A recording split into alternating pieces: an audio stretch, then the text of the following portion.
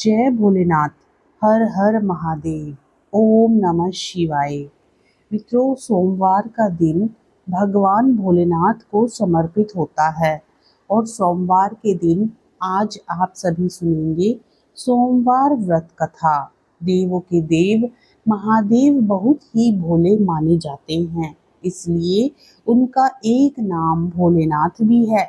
पौराणिक मान्यता अनुसार भगवान शंकर को प्रसन्न करने के लिए किसी भी तरह के खास विशेष पूजन की आवश्यकता नहीं होती, क्योंकि कहा जाता है कि वह तो भोले हैं और भक्त के मन से की गई क्षणिक मात्र की भक्ति से ही वह प्रसन्न हो जाते हैं।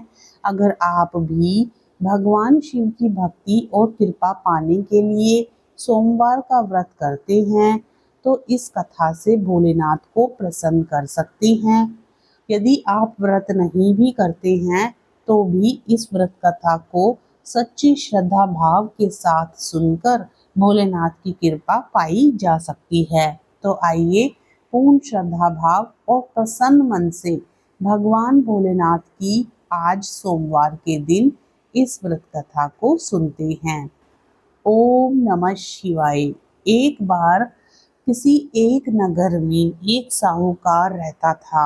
उसके घर में धन की कोई कमी नहीं थी, लेकिन कोई संतान ना होने के कारण वह बहुत ही दुखी था। संतान प्राप्ति के लिए वह हर सोमवार का व्रत रखता था और पूरी श्रद्धा के साथ शिव मंदिर जाकर भगवान शिव और माता पार्वती की पूजा करता था।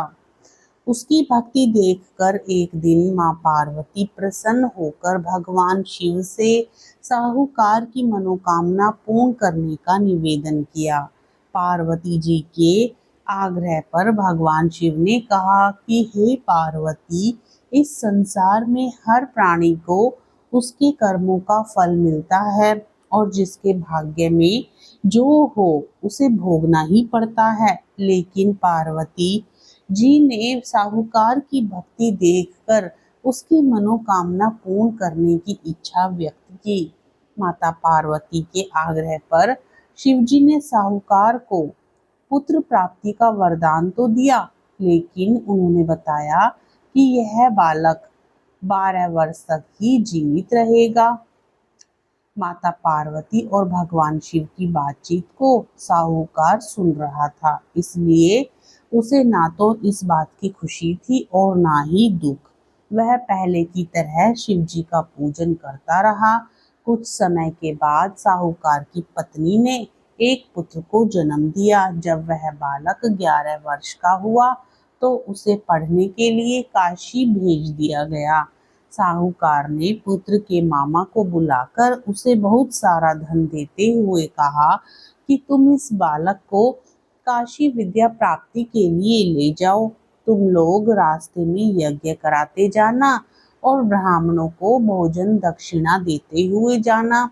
दोनों मामा भांजे इसी तरह यज्ञ कराते और ब्राह्मणों को दान दक्षिणा देते काशी नगरी निकल पड़े।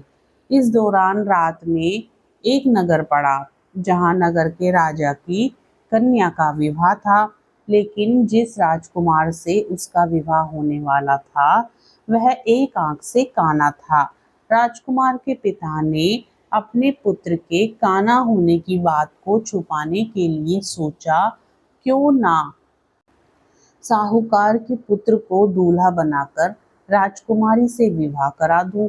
विवाह के बाद इसको धन देकर विदा कर दूंगा और राजकुमारी को अपने नगर ले जाऊंगा।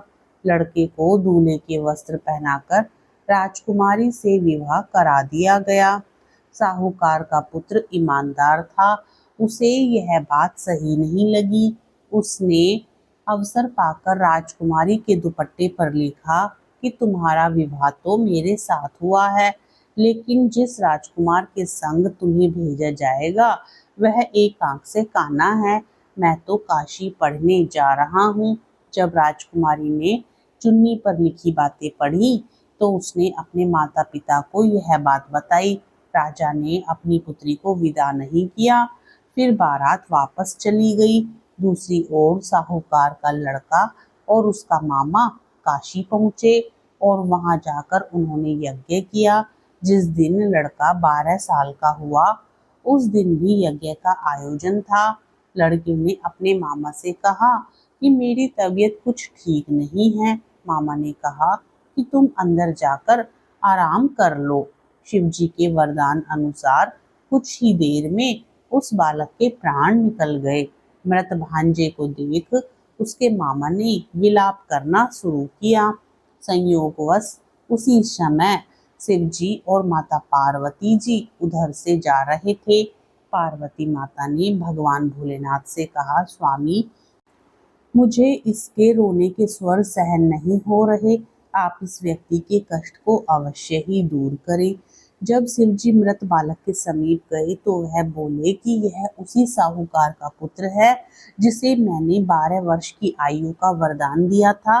अब इसकी आयु पूरी हो चुकी है। लेकिन मातृभाव से विभोर माता पार्वती ने कहा कि हे महादेव, आप इस बालक को और आयु देने की कृपा करें, अन्यथा इसके वियोग में इसके माता पिता भी तड़प तड़प कर मर जाएंगे।